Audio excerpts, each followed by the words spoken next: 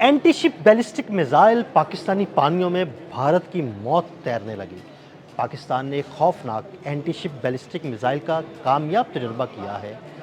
इस मिसाइल की खसूसियात क्या हैं, इस बारे में आमिर रज़ा से बात करते हैं।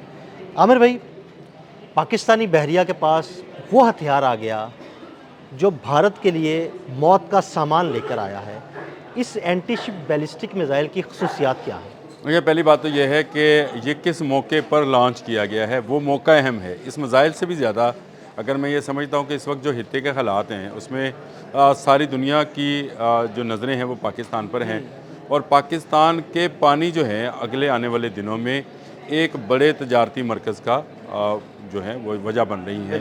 यानी एक बड़ी बैनुल अक़वामी सर्कुलेशन ऑफ मनी और सर्कुलेशन ऑफ ट्रेड जो है वो पाकिस्तानी पानियों पर होनी है। और अब ये बात जो कि मैं बहुत अरसे पहले कहता था कि जंगें होनी समंदर में हैं, बिल्कुल। या आखिरी जंग जो पानी पर होनी है। आप वो कहते थे कि जो जंग पानी पर होनी है, दरअसल वो पानी समंदर का पानी है। जिस पर होनी है वो इस पानी पर नहीं होनी जो हम पीते हैं।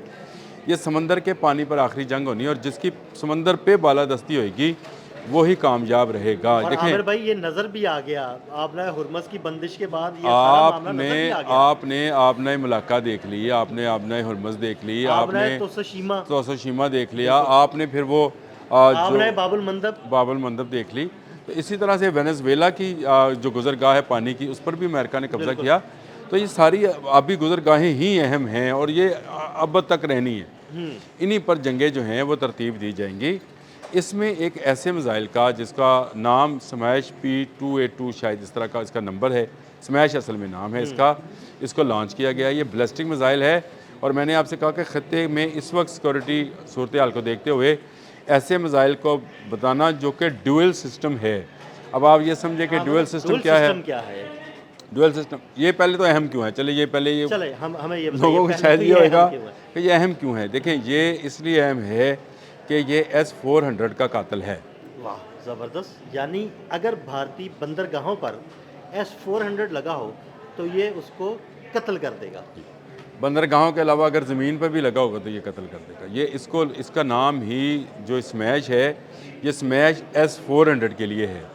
S-400 इसको नहीं पकड़ पाएगा, इसकी स्पीड इतनी ज़्यादा है। और बैलिस्टिक मिसाइल के मतलब मैं हमेशा कहता होता हूँ कि ये फ़ज़ा में जाता है और फिर फ़ज़ा में कोस बनाता हुआ नीचे आता है। जब स्पीड से आता है कि कोई पकड़ नहीं पाता। S-400 में ये सलाहियत मौजूद नहीं है कि इसको पकड़े, इसकी स्पीड इतनी है। और ये डुअल सिस्टम का जो मैंने आपसे कहा, इसमें डुअल सिस्टम ये है कि ये समंदर से भी लॉन्च किया जा सकता है और ट्रक माउंटेड भी हो सकता है। वाह, ज़बरदस्त। ये तो पाकिस्तान जो इस पर काम कर रहा है, और ये 100% पाकिस्तानी टेक्नोलॉजी है। ग्रेट। 100%। यानी इसका कोई एक पुर्जा भी जो है वो बाहर से हमने नहीं लाना है। टेक्नोलॉजी पाकिस्तान की है, पुर्जे यहाँ पर बन रहे हैं, असेंबल यहाँ पे हो रहे हैं, और पूरा मिसाइल भी यहीं से फायर होगा भारत की तरफ। इसकी एक तो ये बहुत रडार से बचने की, और इसको समझे कि ये इतना मुतहरक है कि ये दूसरे के इंटरसेप्टर्स को धोखा देने में कामयाब हो सकता है। अच्छा, ये मैंने आपसे कहा कि ये ट्रक से माउंट हो सकता है, तो इससे जो है आपका अगला सवाल भी ठीक है होगा कि जहाज़ जो हैं बड़े जहाज़ों में आएगा, क्योंकि आप इसके बारे में ज़्यादा जानते थे कि पाकिस्तान के पास बाबर क्लास और मुख्तलिफ क्लास की, हेंगो क्लास की फ्रिगेट्स हैं, उनमें से लॉन्च हो सकता है। लेकिन इसके बाद एक और चीज़ जो बड़ी अहम है, छोटी मिसाइल बोट्स पर भी ये लॉन्च किया जा सकता है। वाह आमिर भाई, ये है सबसे ज़बरदस्त। ये पाकिस्तान छोटी मिसाइल बोट्स जो है ना, उनकी स्पीड होती है बहुत तेज़। जब उनकी स्पीड तेज़ होती है और अपने हदफ की जानिब तेज़ी से बढ़ती है, और वहाँ से अगर लॉन्च हो तो ये तो बिल्कुल ही किसी के काबू में नहीं आएगा। ये बहुत तेज़ी से मुतहर्रक लॉन्चिंग जो है ये कर सकती हैं। और छोटी मिसाइल बोट्स लॉन्च जो हैं उसका आपने देख लिया कि इस आपने हरमज़ वाली जंग के अंदर क्या किरदार था। तो सारे ईरान की हमने 600 बोट्स पे जिक्र किया था कि ये बोट्स उन्होंने बनाई। ये बड़े बड़े बहरी जहाज़ जो हैं, जैसे जराल्डर फोर्ड है, या अब्राहम लिंकन है, या इधर विशाल है इनका इंडिया वालों का, ये इन छोटी छोटी बोट्स से डरते हैं क्योंकि ये स्वाम अटैक के लिए इस काम करती हैं। देखें, एक नई तकनीक जो मैंने आपसे कहा था कि ईरान ने जंगी तकनीक को तब्दील किया है। ज़रूरी नहीं है कि आपके पास बहुत ही तेज़ रफ्तार या बहुत ही मुगलक हथियार हों, आपके पास छोटे हथियार हों लेकिन बहुत ज़्यादा तादाद में मुख्तलिफ अक़साम में हों, तब भी आप बड़े जहाज़ों को मार सकते हैं। तो ये स्वार्म अटैक के लिए छोटी बोट्स जो हैं बड़ी अहम है, और ये कम खर्च बालानशीन वाला मामला है। यानी आप एक बोट के अंदर छोटे अगर पैकेट में बड़ा धमाका है आमिर भाई।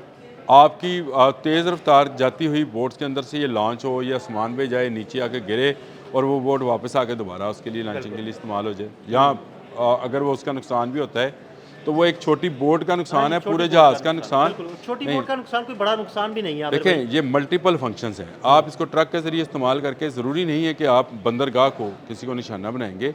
अगर ये ट्रक माउंटेड है तो ये लाहौर के बॉर्डर पे भी लगाया जा सकता वाह ज़बरदस्त, गुड। है। मैंने आपसे इसीलिए यानी कहा था ज़मीन से ज़मीन पे भी मार हो सकता है। मार हो सकता है।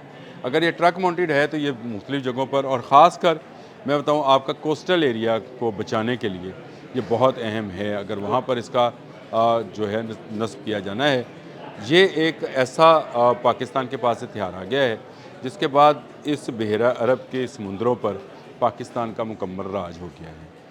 ये एक ऐसा मिज़ाइल, एक ऐसा बैलिस्टिक सिस्टम मिज़ाइल जो है पाकिस्तान ने लॉन्च कर दिया है, जो कि डुअल है, मेड इन पाकिस्तान है, पाकिस्तान में बना है, और ये दुश्मन को धमकाने और दहकाने के लिए काफ़ी है। यानी उसको दहकाने से मुराद ये है कि उसको आग लगाने के लिए काफ़ी है। पाकिस्तान को बड़ी सख्त ज़रूरत थी।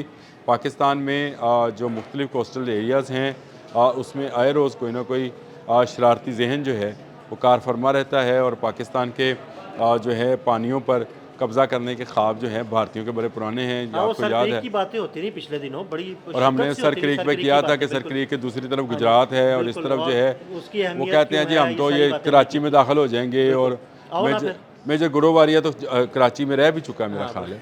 वो जंग माई के दौरान वो तो उसने क्या घुस गई, कहता जी आर्मी घुस गई है उधर से, और अब उसने तो लाहौर की बंदरगाह पे भी कब्जा करा दिया था।